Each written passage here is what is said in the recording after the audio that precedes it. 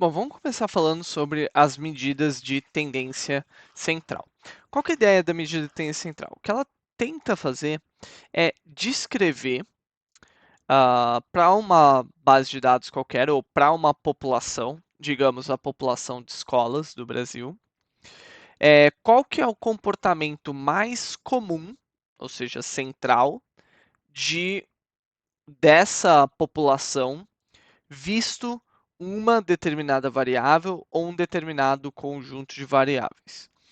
Então, uma outra maneira de frasear isso é: eu estou tentando me perguntar, se eu tivesse que falar qual que é o comportamento, qual que é o IDEB padrão de uma escola, qual seria esse valor de IDEB?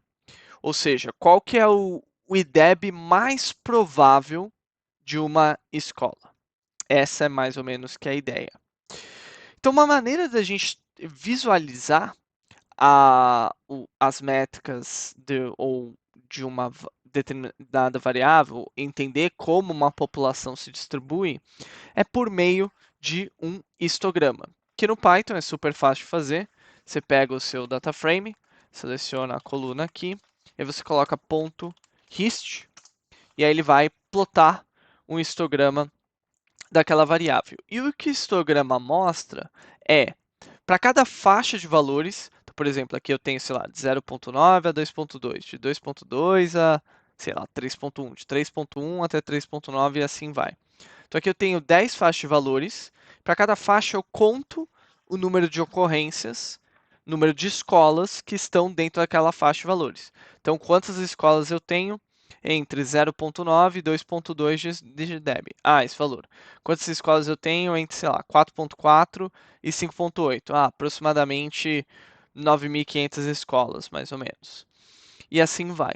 Então, ao olhar para isso, você consegue meio que entender qual seria, né, esse valor de DEB que corresponde a, ao valor de DEB mais provável, o valor de DEB que melhor representa as escolas do Brasil.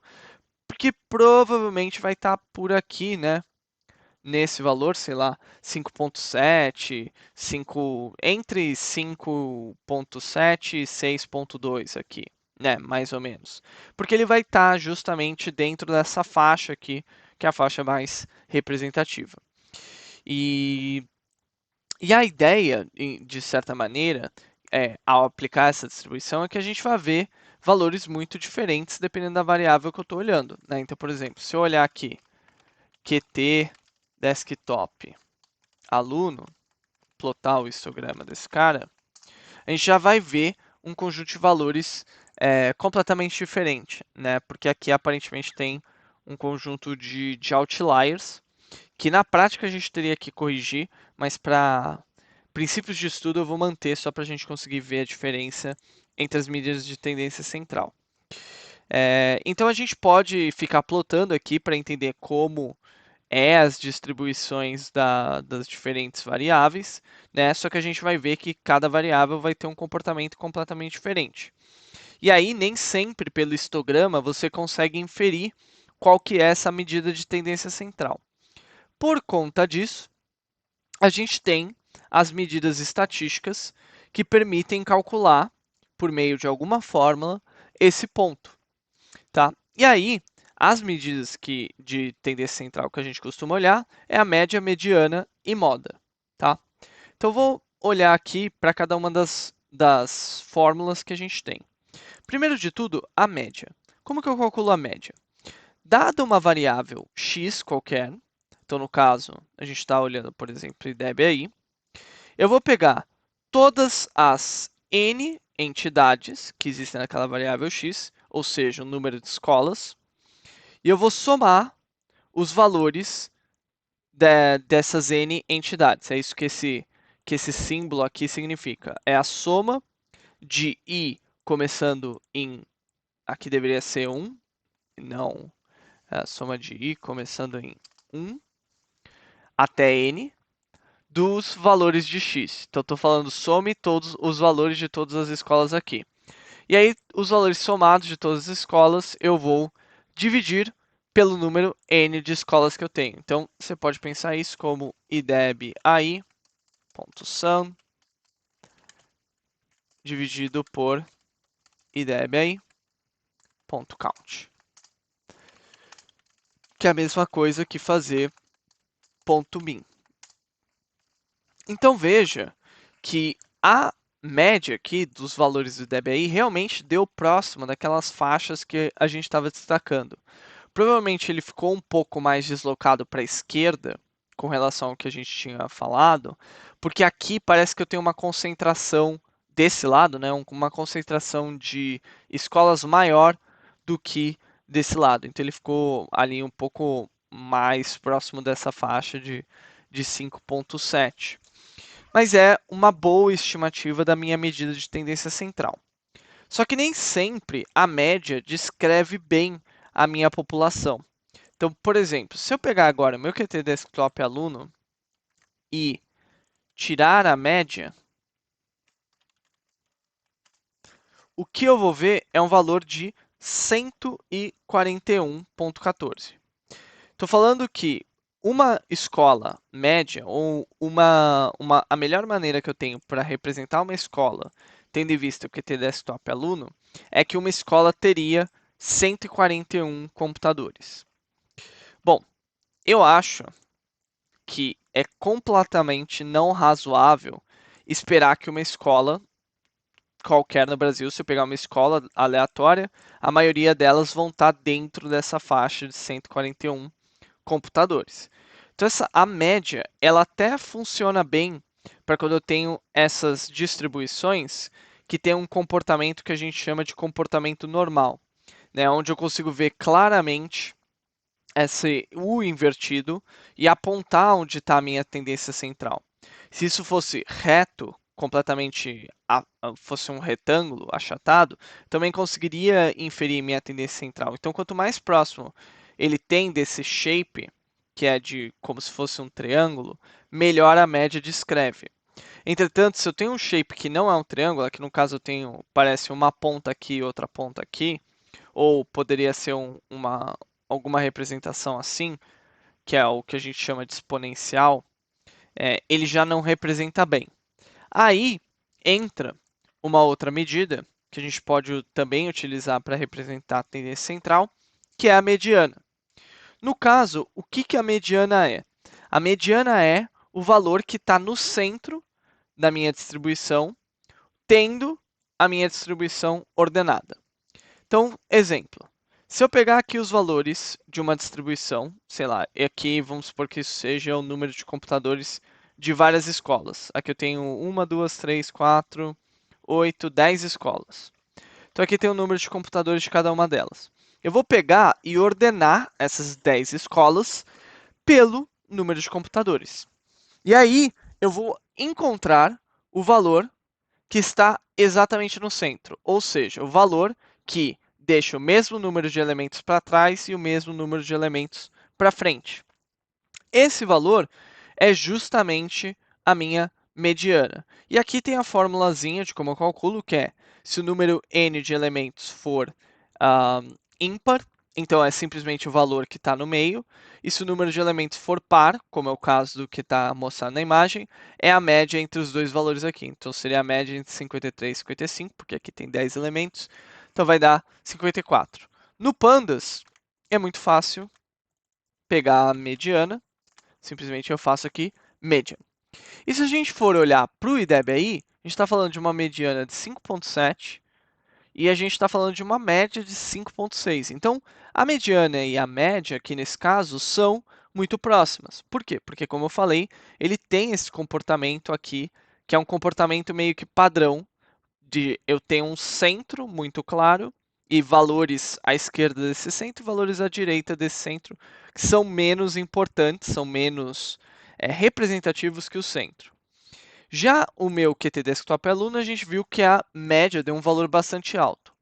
Entretanto, se eu pegar a mediana, por outro lado, vocês vão ver que deu um valor de zero. E se a gente for olhar para a minha distribuição, fica muito evidente que aqui eu tenho uma caixa que está justamente no valor zero, muito provavelmente porque eu devo ter realmente muitas escolas com valor zero. Inclusive, se eu pegar esse cara aqui e der um value counts, que aí eu vou contar todas as ocorrências dos diferentes números de computadores, a gente vai ver que realmente tem quase metade de todas as escolas do Brasil tem apenas 0 computadores. Na verdade, deve ser até mais do que a metade, porque aqui é mais que a metade. Porque tem 180 mil escolas ativas. Então, mais da metade das escolas tem apenas 0 computadores. Então, veja que a mediana, nesse caso, em que eu tenho é, um outlier, um valor muito fora de todos os outros valores da minha distribuição, a mediana permite descrever melhor os meus dados. Então, eu contrastar a média com a mediana me permite entender também o quão dispersa é a minha distribuição, o quão espaçado estão as minhas probabilidades. E no caso, a gente fala que a mediana é uma medida que é resistente, é robusta a outliers. E aqui no caso, eu claramente tenho um outlier que é um valor de 888 mil. Como eu falei, esse valor de 888 mil, na verdade, ele é um erro de base que a gente tem que corrigir. Então, eu posso pegar aqui o meu data frame, eu vou corrigir o QT Desktop Aluno. Então, vou pegar esse cara aqui, vamos remover o valor, que no caso é o valor 88888, pelo valor nulo. E a gente vê que ele já mudou um pouquinho a minha distribuição, né? Tipo, não tem mais aquele 8888, então ele está indo agora até 1400, que parece um pouco mais razoável. Vamos tirar esse cara aqui, fazer o DF assim, colocar o DF do histograma e vou colocar esse cara lá no começo, para a gente não ter que não correr o risco de refazer essa conta. Então agora posso olhar para o DF Desktop Aluno, e aqui, a hora que eu tirar a mediana do novo valor, você vê que ela ainda é zero, o que é esperado. E se eu tirar a média desse novo valor, ainda é um valor acima de zero, que são 6, e que é até que bem mais razoável do que o valor que a gente tinha antes de 141. Tá? Então, assim, utilize, você pode ver claramente que ainda existem diferenças entre elas, e você pode, entendendo o que você quer descrever, o que você quer entender, você pode escolher uma ou outra. Geralmente, a mediana costuma ser a métrica preferível, porque, como eu falei, ela é robusta a outliers. E quando eu tenho uma distribuição bem comportada, como é o caso aqui, ela geralmente vai ser muito próxima da média. Só que além da mediana e da média, a gente tem uma última métrica de tendência central que faz mais sentido quando eu tenho dados discreto, como é o caso do QT Desktop Aluno, que é o caso da moda. E a moda essencialmente representa qual que é o valor mais comum na minha distribuição. Então, se eu pegar aqui e colocar df e deb ai.mode, essencialmente o que ele fez foi, ele contou todas as vezes que os diferentes valores de deb aí aparecem na minha distribuição e falou qual que é o que aparece mais vezes. Que é a mesma coisa que eu pegar aqui o meu value counts e simplesmente pegar o primeiro valor, que no caso é 6. Isso seria a mesma coisa do que index 0, por exemplo. Então, isso e isso essencialmente dão o mesmo resultado. Então, aqui eu estou falando, ó, 6, que é próximo de 5.7, que também é próximo de 5.6, é o valor mais comum, é o valor que mais aparece, que a gente consegue ver aqui qual que é a moda, porque é justamente onde está o pico do meu histograma. No caso do meu QT Desktop Aluno, a moda, nesse caso, vocês já sabem, vai ser justamente o valor de 0 aqui, porque é de longe o valor mais comum, que é igual à minha mediana, mas que é diferente da minha média. Então, esses são os 3 valores que me permitem entender tendência central, média, mediana e moda.